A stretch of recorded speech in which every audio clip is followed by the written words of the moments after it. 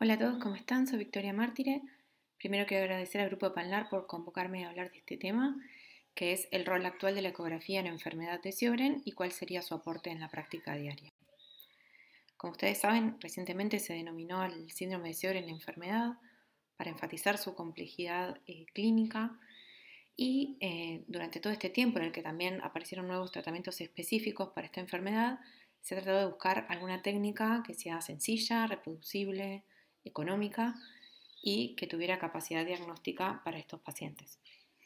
El protocolo de la enfermedad de Sjögren incluye más que nada el estudio de las parótidas y las submandibulares, ya que las glándulas sublinguales son muy pequeñas y se ha demostrado en algunos estudios que no mejora el test diagnóstico.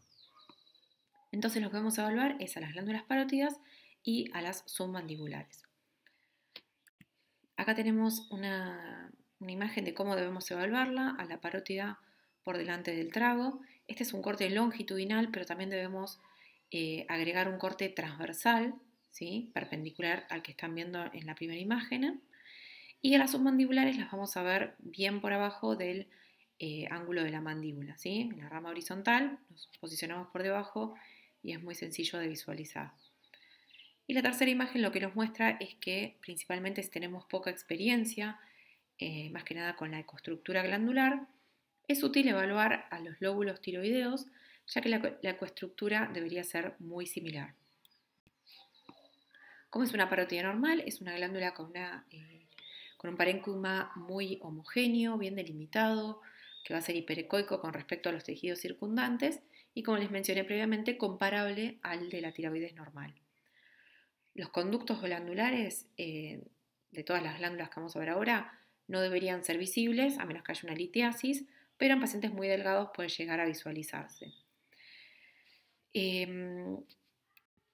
Acá tenemos unas imágenes de distintas parótidas, pero fíjense que es muy característica esta homogeneidad. Podemos tener algún que otro trazo fibroso, pocos, y sigue siendo dentro de los parámetros de la normalidad. E incluso podemos llegar a ver ganglios linfáticos periglandulares e intraglandulares.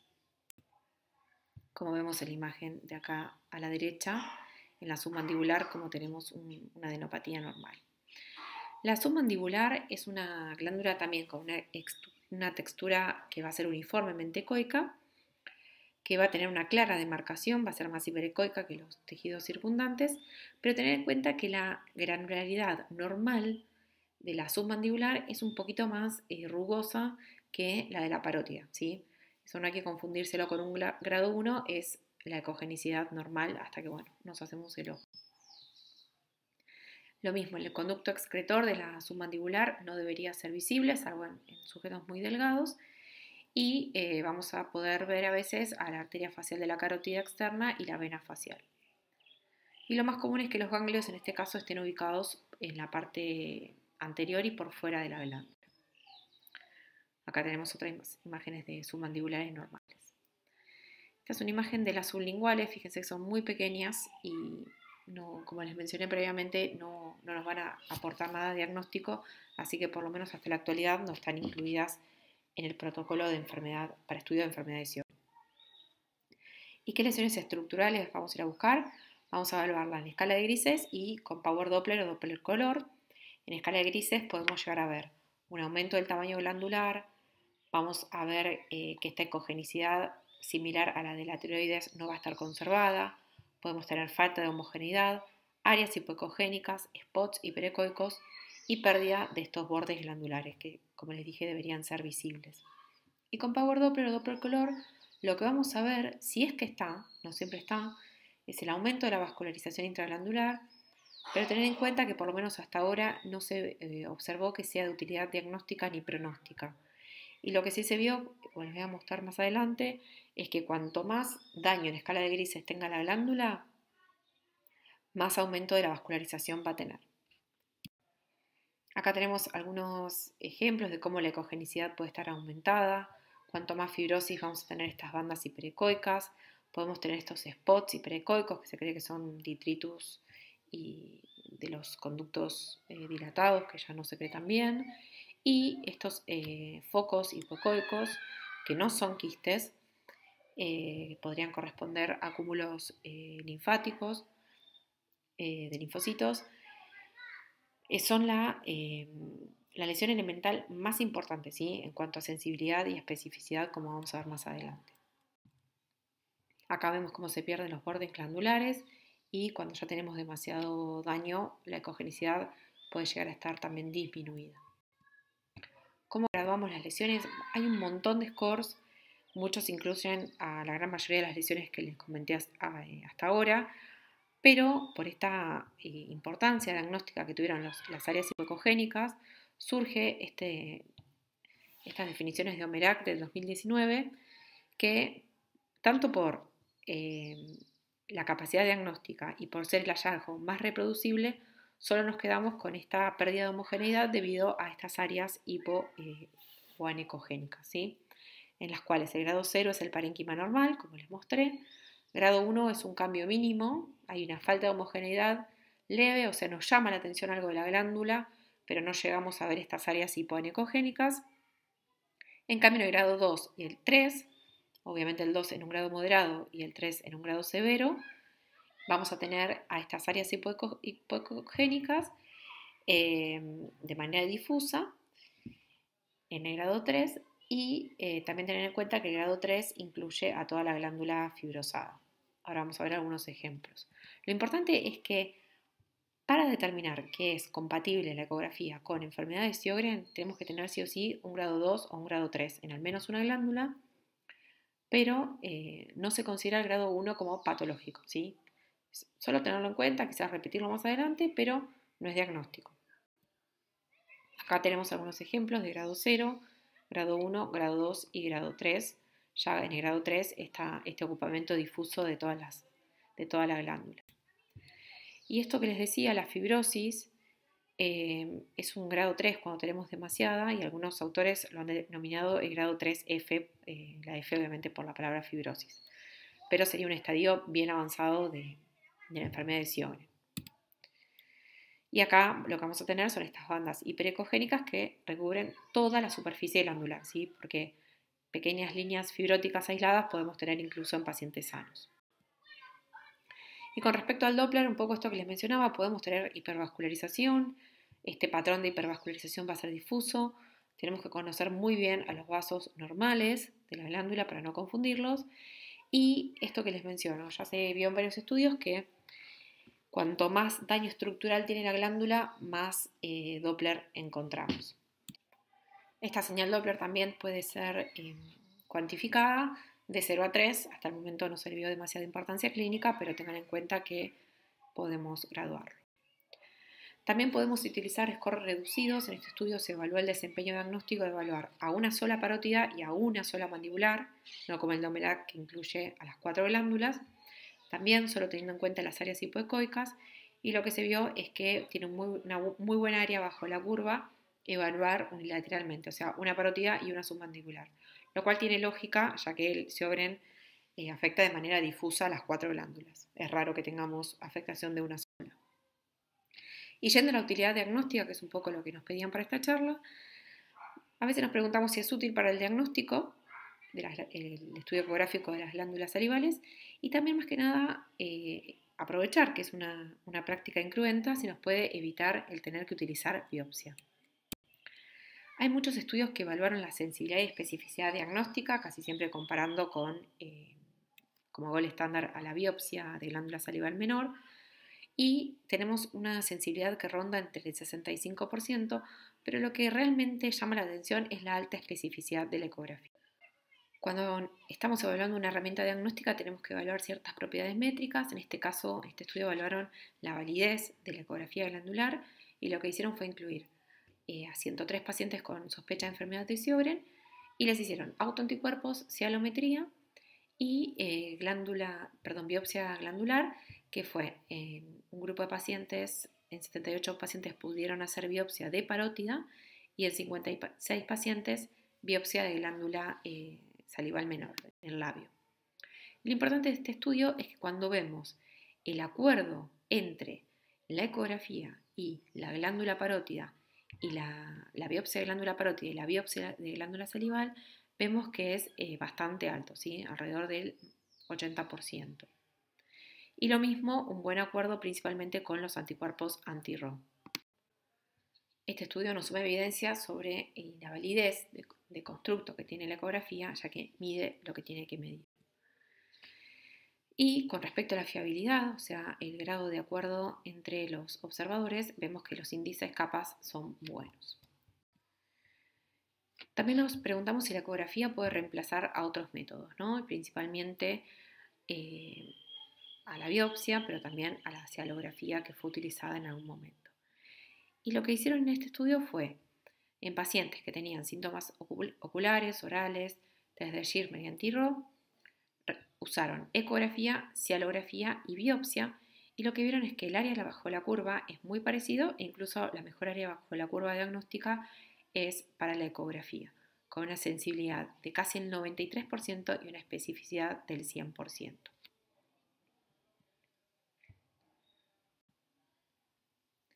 En este otro estudio lo que hicieron fue incorporar a la ecografía en los criterios ACR-EULAR de enfermedad de Sjögren, en los últimos, y lo que se vio es que agregar la ecografía a los criterios ACR-EULAR podría reemplazar a lo que es el Ocular Staining Score, al test de Schirmer y a la cialometría, ya que mejora el desempeño.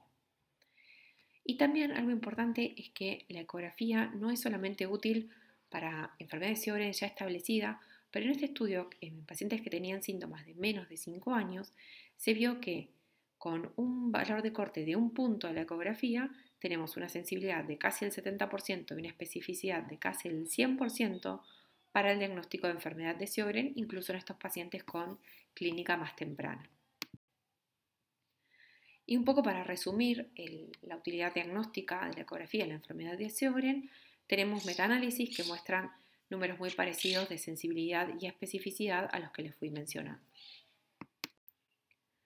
Entonces, para resumir de manera práctica en qué escenario con toda esta evidencia de la vida diaria yo veo útil a la ecografía. Tenemos pacientes muy clásicos, alrededor de los 50 años, con síndrome Zika, con ojo boca seca, con un factor reumatoideo no muy alto, con un eritro también alta pero no tanto, que tienen complemento normal, función tiroidea normal, que tienen estos anticuerpos antinucleares 1 en 80, o incluso ANA negativo, pero un Zika muy marcado, con ROILA negativo. El tener una ecografía normal casi nos descarta la necesidad de tener que hacer o no una biopsia para seguir estudiando este síndrome Zika. Y esto, digamos, no es algo que me parece a mí. Hay estudios que lo muestran que en aquellos pacientes que tienen anticuerpos específicos como ROILA negativos, el tener una ecografía negativa tiene un alto valor predictivo negativo, o sea que casi que descarta la enfermedad de Sjögren. Por lo tanto, ya en estos pacientes uno podría parar esta manera invasiva de estudiarlos. Y otro aspecto de la vida diaria que nos interesa es conocer el valor pronóstico, ¿sí? Como diagnóstico ya vemos que es de suma utilidad, principalmente por la alta especificidad. Pero también nos interesa saber si nos predice respuestas a tratamiento, manifestaciones severas o incluso linfomas. ¿Y qué evidencia tenemos? Sí se vio que en los pacientes con enfermedad de Sjögren, el tener un mayor score ecográfico con una ecografía patológica se asocia a tener peor ojo y peor boca seca. También se asoció a tener más complicaciones sistémicas, mayor actividad de la enfermedad, mayor asociación con vasculitis cutánea, y también se vio que son pacientes que tienen más linfopenia y que en la biopsia van a tener estructuras a centros germinales en las glándulas salivales. Con respecto a la respuesta a tratamiento, muestra en 168 pacientes con enfermedad de Sjögren que tener tener un poco mejor la ecografía, menos score ecográfico basal y que mayor tiempo estén en tratamiento, va a tener una mayor respuesta a tratamiento con esteroides y pilocarpina. Otra cosa que nos podemos preguntar es si la ecografía tiene respuesta al cambio con tratamientos más inmunosupresores. La verdad es que la data en este campo es bastante discordante. En el estudio TIRS, que utilizó rituximab en pacientes con enfermedad de Sjögren, primario, lo que se hicieron fue una evaluación ecográfica basal y a los 6 meses, y lo que se vio con una P significativa es que a nivel de las parótidas y no de las submandibulares hay una mejoría en lo que es la ecoestructura, que fue de un 50% en los pacientes tratados con Rituxi versus un 7% en aquellos tratados con placebo. En cambio, el tamaño glandular y los índices de resistencia que valoran con Doppler no tuvieron mejoría.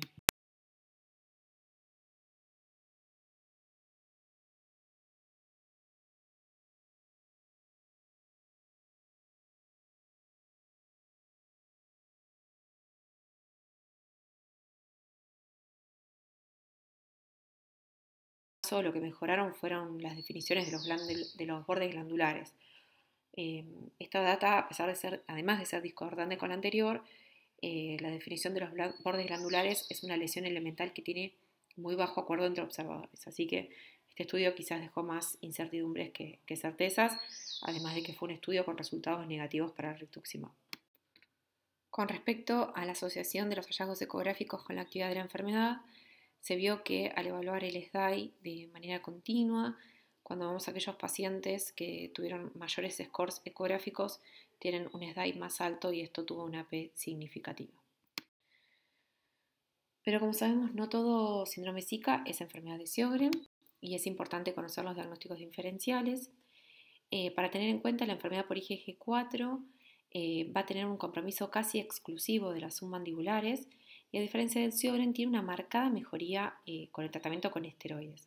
Y esto también puede observarse por ecografía. Acá vemos una imagen que muestra el antes y el después.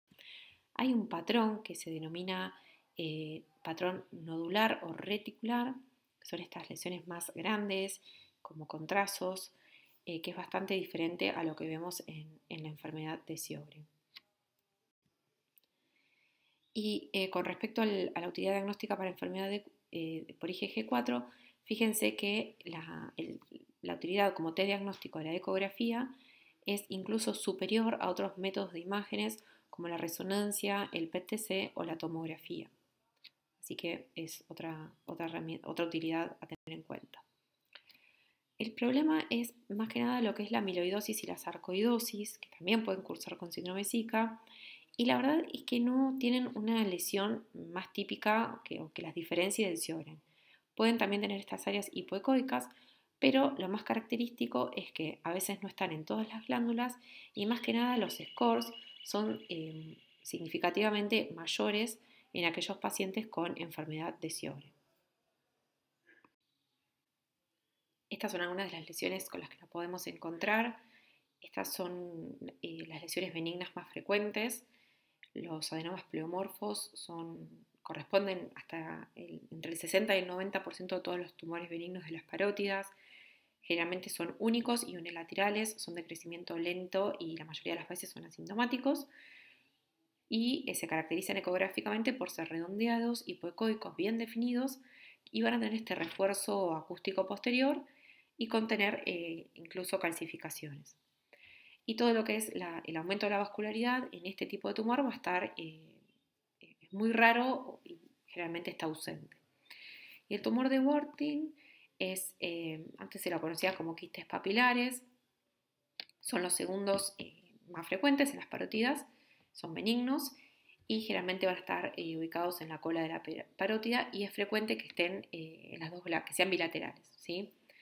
Como les dije, la segunda neoplasia benigna es más frecuente y se dan, de lo que son lesiones benignas, va a estar entre un 5 y un 10% de los casos. Es más frecuente en hombres, entre la quinta y sexta década de la vida.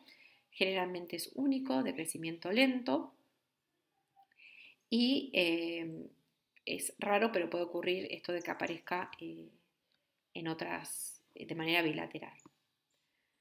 En ecografía lo que vamos a ver son tumores ovoides, hipoecoicos bien definidos, que estos sí van a estar vascularizados y frecuentemente son heterogéneos porque van a tener múltiples áreas anecoicas. Pueden parecer quistes simples y por eso es importante diferenciarlo de lo que son los carcinomas quísticos, que son los mucoepidermoides o los de células anixinares, y los quistes benignos, que son quistes linfoepiteliales. Para este caso sí sería necesario hacer una gamografía. Y el carcinoma mucoepidermoide, que tiene esta característica de ser una masa hipoecoica, heterogénea, con estos márgenes infiltrantes e irregulares. Estos son características de malignidad. Y el linfoma, en este caso vamos a ver estas masas hipoecoicas, que son lisas, aumentadas de tamaño, que son ganglios linfomatosos, y vamos a ver este patrón de vascularización que va a estar intensificado, como ven ahí marcando por las flechas, y algo también de vascularización capsular. Tenemos un problema en lo que es enfermedad de Sjögren, que como sabemos tiene mayor riesgo de linfoma MALT y que va a estar la mayoría de las veces en la parótida.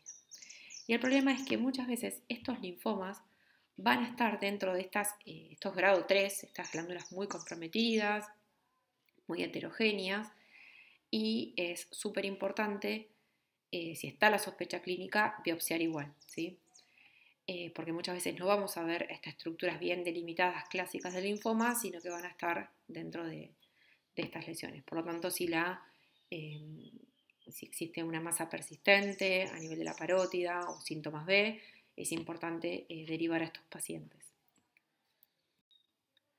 Y brevemente comentarles que existe obviamente la enfermedad de Sjögren juvenil y se ha estudiado cuáles son las lesiones características a nivel de ecografía, y lo que se vio es que lo más frecuente son las áreas hipoecoicas. Así que ya hay varios artículos publicados con respecto a que el desempeño diagnóstico es igual en adultos que en los niños.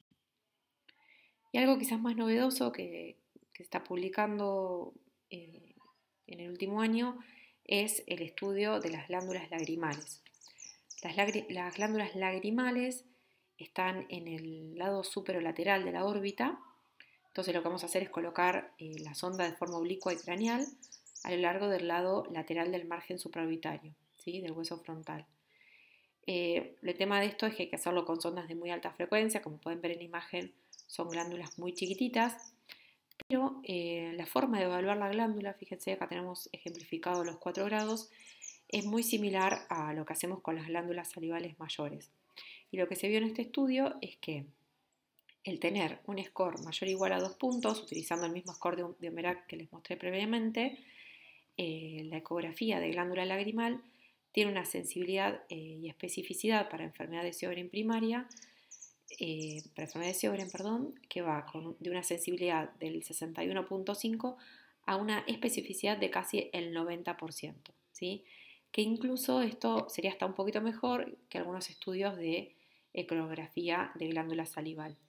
Por lo tanto, los autores concluyen de que en unos años va a ser una herramienta diagnóstica de utilidad si es que se demuestra que tiene hasta este desempeño incluso mejor. Otra cosa que nos preguntamos en la práctica diaria es si es necesaria repetir a la ecografía en estos pacientes. Y esta duda principalmente es por el riesgo de linfoma.